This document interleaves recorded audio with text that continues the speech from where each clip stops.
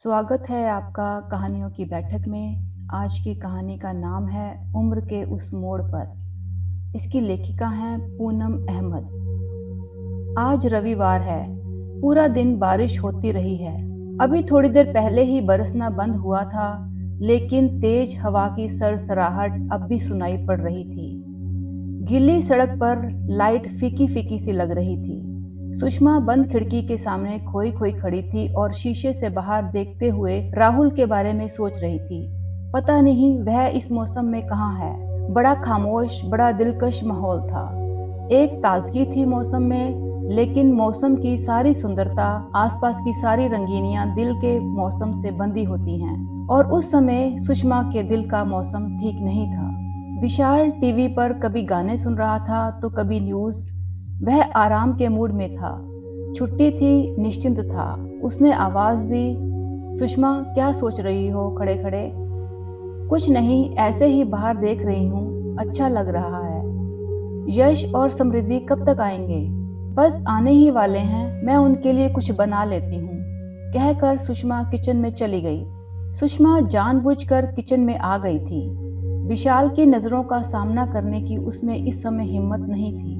उसकी नजरों में इस समय बस राहुल के इंतजार की बेचैनी थी। सुषमा और विशाल के विवाह को 20 वर्ष हो गए थे।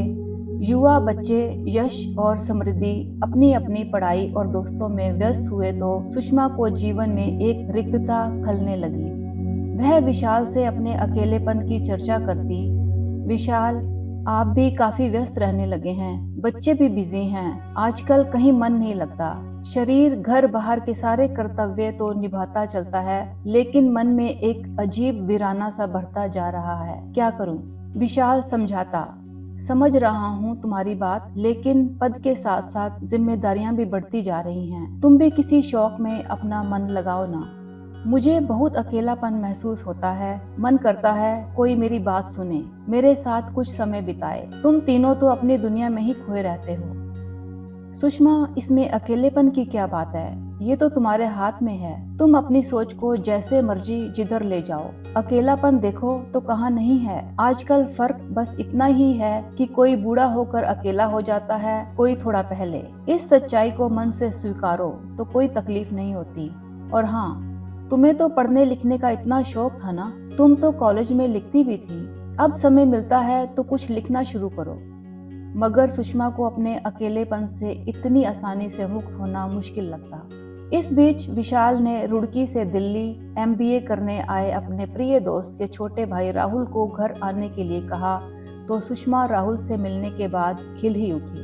हॉस्टल में रहने का प्रबंध नहीं हो पाया तो विजय ने विशाल से फोन पर कहा, यार उसे कहीं अपने आसपास ही कोई कमरा दिलवा दे, घर में भी सब लोगों की चिंता कम हो जाएगी। विशाल के खूबसूरत से घर में पहली मंजिल पर 2 कमरे थे। एक कमरा यश और समृद्धि का स्टडी रूम था, दूसरा एक तरह से गेस्ट रूम था। रहते सब नीचे ही थे। जब कुछ समझ नहीं आया तो विशाल ने सुषमा से विचार विमर्श किया, क्यों ना राहुल को ऊपर का कमरा दे दें, अकेला ही तो है, दिन भर तो कॉलेज में ही रहेगा। सुषमा को कोई आपत्ति नहीं थी। अतः विशाल ने विजय को अपना विचार बताया और कहा, घर की ही बात है, खाना भी यहीं खा लिया करेगा, यहीं आराम से रह लेगा। विजय ने आभार व्यक्त करते हुए कहा, ठीक है, उसे पेइंग गेस्ट की तरह रख ले। विशाल हंसा, क्या बात कर रहा है, जैसे तेरा भाई वैसे मेरा भाई। राहुल अपना बैग ले आया। अपने हंसमुख स्वभाव से जल्दी सबसे हिल मिल गया। सुषमा को अपनी बातों से इतना हंसाता कि सुषमा तो जैसे फिर से जी उठी।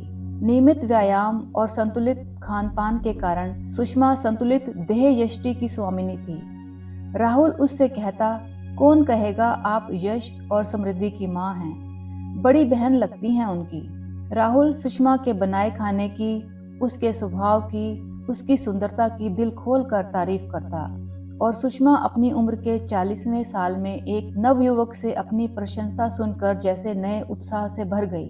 कई दिनों से विशाल अपनी पद की बढ़ती जिम्मेदारियों में व्यस्त होता चला गया था।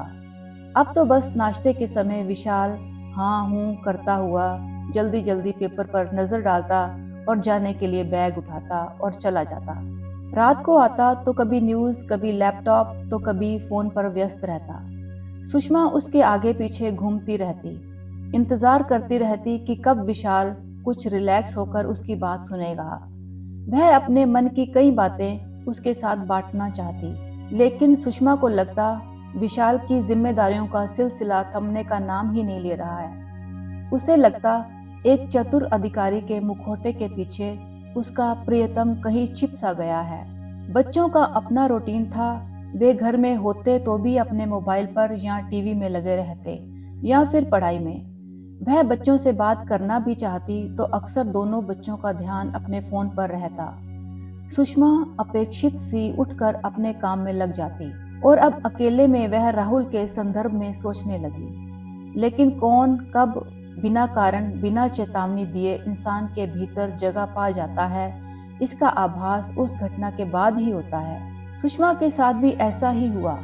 राहुल आया तो दिन ब दिन विशाल और बच्चों की बढ़ती व्यस्तता से मन के एक खाली कोने के भरे जाने की सी अनुभूति होने लगी। विशाल टूर पर रहता तो राहुल कॉलेज से आते ही कहता, भैया गए हुए हैं, आप बोर हो रही होंगी, आप चाहें तो बाहर घूमने चल सकते हैं, यश और समृद्धि को भी ले चलिए। सुषमा कहती, वे तो कोचिंग क्लास में हैं, देर से आएंगे, चलो हम दोनों ही चलते हैं, मैं गाड़ी निकालती हूँ। दोनों जाते, घूम फिर कर खाना खा कर ही आते। सुषमा राहुल को अपना पर्स कहीं निकालने नहीं देती। राहुल उसके जीवन में एक ताज़ा हवा का झोंका बनकर आया था। दोनों की दोस्ती का दायरा बढ़ता गया। वह अकेलेपन की खाई से निकलकर नई दोस्ती की अनुभूति के सागर में गोते लगाने लगी। अपनी उम्र को भूलकर किशोरियों की तरह दोगुने उत्साह से हर काम करने लगी। राहुल की हर बात, हर अदा उसे अच्छी लगती। कई दिनों से अकेलेपन के एहसास से चाहे अनचाहे अपने भीतर का खाली कोना गहराई से महसूस करती आ रही थी। अब उस जगह को राहुल के साथ ने भर दिया था। कोई भी काम करती, राहुल का ध्यान आता रहता, उसका इंतजार रहता। वह लाख दिल को समझाती कि अब किसी और का ख्याल गुनाह है, लेकिन दिल क्या बातें समझ लेता है? नहीं, ये तो सिर्फ अपनी ही जुबान समझता है, अपनी ही बोली जानता है। उसमें जो समा जाए वह जरा मुश्किल ही से निकलता है। अब तो न चाहते हुए भी विशाल के साथ अंतरंग पलों में भी वह राहुल की चहकती आवाज से घिरने लगी। मन का दो दिशाओं में पूरे वेग से खींचना उसे तोड़ जाता। मन में उथल पुथल होने लगती। वह सोचती, यह बैठे बैठाए कौन सा रोग लगा बैठी, यह किशोरियों जैसी बेचैनी, हर आहट पर चौंकना। कभी वह शीशे के सामने खड़ी होकर अपनी मनोदशा पर खुद ही हंस पड़ती। अचानक एक दिन राहुल कॉलेज से मुंह लटकाए आया। सुषमा ने खाने के लिए पूछा तो उसने मना कर दिया। वह चुपचाप ड्राइंग रूम में ही गुमसुम बैठा रहा। सुषमा ने बार बार पूछा तो उसने बताया, आज कॉलेज में मेरा मोबाइल खो गया है। यहाँ आते समय विजय भैया ने इतना महंगा मोबाइल लेकर दिया था। भैया अब बहुत गुस्सा होंगे। सुषमा चुपचाप सुनती रही, कुछ बोली नहीं। लेकिन अगले ही दिन उसने अपनी जमा पूंजी से 50,000 निकालकर राहुल के हाथ पर जबरदस्ती रख दिए। राहुल मना करने लगा, लेकिन सुषमा के जोर देने पर रुपए रख लिए। कुछ महीने और बीत गए। विशाल भी फुर्सत मिलते ही राहुल के हालचाल पूछता। वैसे उसके पास समय ही नहीं रहता था। सुषमा पर घर गृहस्थी पूरी तरह से सौंपकर अपने काम में लगा रहता था। सुषमा मन ही मन पूरी तरह राहुल की दोस्ती के रंग में डूबी हुई थी। पहले उसे विशाल में एक दोस्त नजर आता था, अब उसे विशाल में एक दोस्त की झलक भी नहीं दिखती। यह क्या उसी की गलती थी? विशाल को अब उसकी कोमल भावनाएं छूकर भी नहीं जाती थी। राहुल में उसे एक दोस्त नजर आता है। वह उसकी बातों में रुचि लेता है, उसके शौक ध्यान में रखता है, उसकी पसंद नापसंद पर चर्चा करता है। उसे बस एक दोस्त की ही तलाश थी। वह उसे राहुल के रूप में मिल गया है। उसे और कुछ नहीं चाहिए। एक दिन विशाल टूर पर था। यश और समृद्धि किसी बर्थडे पार्टी में गए थे। अंधेरा हो चला था। राहुल भी अभी तक नहीं आया था। सुषमा लॉन में टहल रही थी। राहुल आया, नीचे सिर किए हुए मुंह लटकाए ऊपर अपने कमरे में चला गया। सुषमा को देखकर भी नहीं रुका तो सुषमा को उसकी फिक्र हुई। वह उसके पीछे पीछे ऊपर गई। जब से राहुल आया था वह कभी उसके रूम में नहीं जाती थी। मेड ही सुबह सफाई कर आती थी। उसने जाकर देखा राहुल आंखों पर हाथ रख कर लेटा है। सुषमा ने पूछा, क्या हो गया, तबीयत तो ठीक है? राहुल उठकर बैठ गया, फिर धीमे स्वर में बोला, मैं ठीक हूँ, तो रोनी सूरत क्यों बनाई हुई है? भैया ने बाइक के पैसे भेजे थे।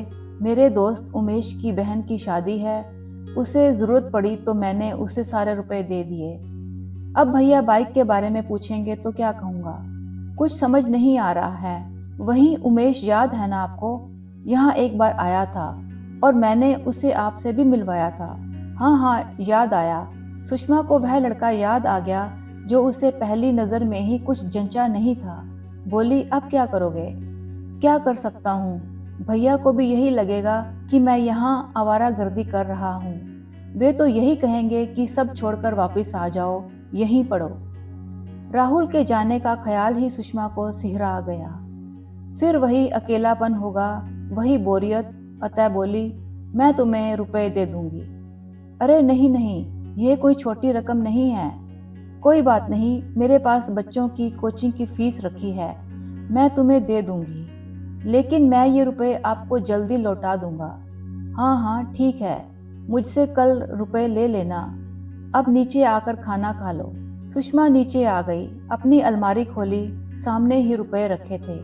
सोचा अभी राहुल को दे देती हूँ, उसे ज्यादा जरूरत है इस समय। बेचारा कितना दुखी हो रहा है, अभी जाकर पकड़ा देती हूँ, खुश हो जाएगा। वह रुपए लेकर ऊपर वापस आई। राहुल के कमरे के दरवाजे के बाहर ही उसके कदम ठिठक गए। वह फोन पर किसी से धीरे धीरे बात कर रहा था। ना चाहते हुए भी सुषमा ने कान उसकी आवाज की तरफ लगा दिए।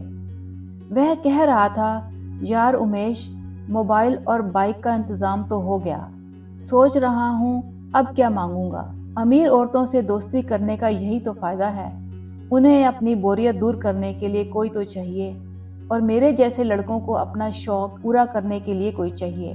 मुझे तो यह भी लगता है कि थोड़ी सब्र से काम लूंगा तो वह मेरे साथ सो भी जाएगी। बेवकूफ तो है ही, सब कुछ होते हुए भटकती घूमती है। मुझे क्या, मेरा तो फायदा ही है उसकी बेवकूफी में। सुषमा भारी कदमों से नीचे आकर कटे पेड़ सी बेड पर पड़ गई। लगा कभी कभी इंसान को परखने में मात खा जाती हैं नजरें, ऐसे जैसे कोई पारखी जोहरी कांच को हीरा समझ बैठे। तीखी कचोट के साथ उसे स्वयं पर शर्म आई। इतने दिनों से वह राहुल जैसे चालाक इंसान के लिए बेचैन रहती थी। सही कह रहा था राहुल, वही बेवकूफी कर रही थी। अकेलेपन के एहसास से उसके कदम जिस राह पर बढ़ चले थे, अगर कभी विशाल और बच्चों को उसके मन की थाह मिल जाती तो क्या इज्जत रह जाती उसकी उनकी नजरों में। तभी विशाल की आवाज कानों में गूंजी, अकेलेपन से हमेशा दुखी रहने और नीति को कोसने से तो अच्छा है कि हम चीजों को उसी रूप में स्वीकार कर लें जैसी वे हैं। तुम ऐसा करोगी तभी खुलकर सांस ले पाओगी। इस बात का ध्यान आते ही सुषमा को कुछ शांति सी मिली। उसने कुदरत को धन्यवाद दिया। उम्र के इस मोड़ पर अभी इतनी देर नहीं हुई थी कि वह स्थिति को संभाल न सके। वह कल ही राहुल को यहाँ से जाने के लिए कह देगी और यह भी बता देगी कि वह इतनी बेवकूफ नहीं कि अपने पति की कमाई दूसरों की भावनाओं से खेलने वाले लड़कों पर लुटा दे। वह अपने जीवन की पुस्तक के इस दुखांत अध्याय को सदा के लिए बंद कर रही थी ताकि अपने जीवन की नई शुरुआत कर सके। कुछ सार्थक करते हुए जीवन का शुभारंभ करने का प्रयत्न तो वह कर ही सकती है। अब वह नहीं भटकेगी। क्रोध, घृणा, अपमान और पछतावे के मिले जुले आंसू उसकी आंखों से बह निकले, लेकिन अब सुषमा के मन में कोई दुविधा नहीं थी। अब वह जिएगी अपने स्वयं के सजाए संवरे लम्हे, अपनी खुद की नई पहचान के साथ। अचानक मन की सारी गांठें खुल गई थीं। यही विकल्प था दीवाने मन का। उसने फोन उठा लिया। राहुल के भाई को फोन कर दिए गए पैसों की सूचना देने के लिए और उन्हें वापस मांगने के लिए।